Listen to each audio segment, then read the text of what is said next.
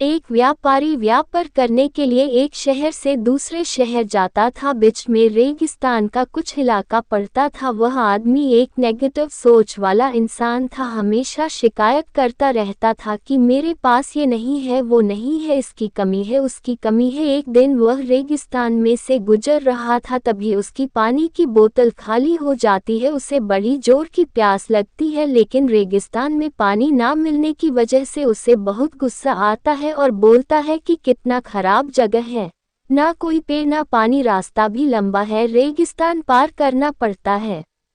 तभी आसमान की तरफ देख करके कहता है कि भगवान, ये कैसा जगह बना दी है आपने।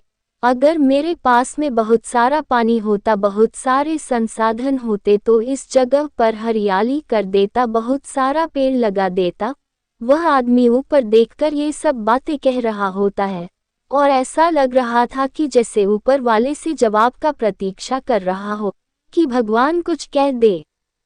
अब चमत्कार ये हुआ कि वह जैसे ही नीचे देखा, उसे अपने आंखों के सामने एक कुआं दिखाई दिया।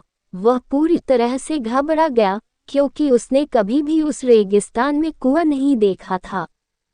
वह कुएं के पास पहुंचा और देखा कि कुआं पूरी तरह पानी से भरा हुआ है, परंतु वह आदमी नेगेटिव सोच वाला था और हमेशा शिकायत करता रहता था।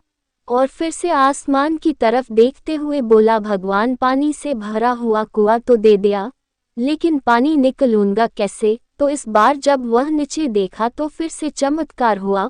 उसे कुएं के पास रस्सी और बाल्टी दिखाई दी, लेकिन आदमी फिर से ऊपर देखा और बोला, भगवान, अब इस पानी को ले जाऊंगा कैसे।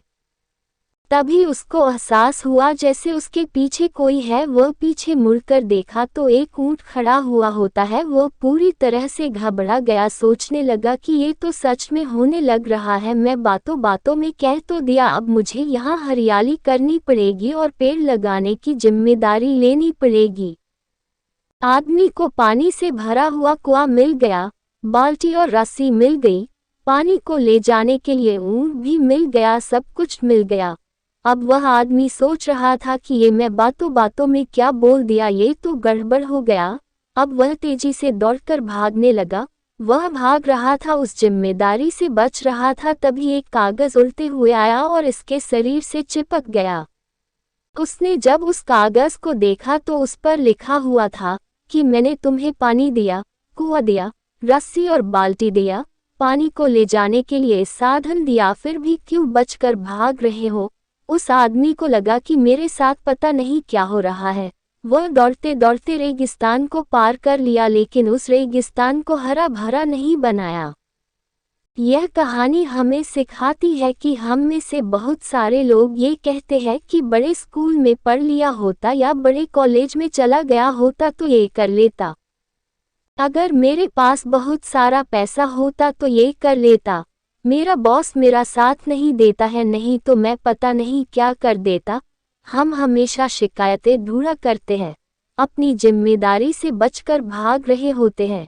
ये कहानी हमें सिखाती है कि लाइफ में हम जो कुछ भी कर रहे हैं 100% जिम्मेदारी हमारी है कि उस काम को बिना किसी शिकायत के पूरा करें। तो दूसरों पर दोष देना, उनकी गलतियां बताना बंद कीजिए, अपनी गलतियों को सुधारना शुरू कीजिए।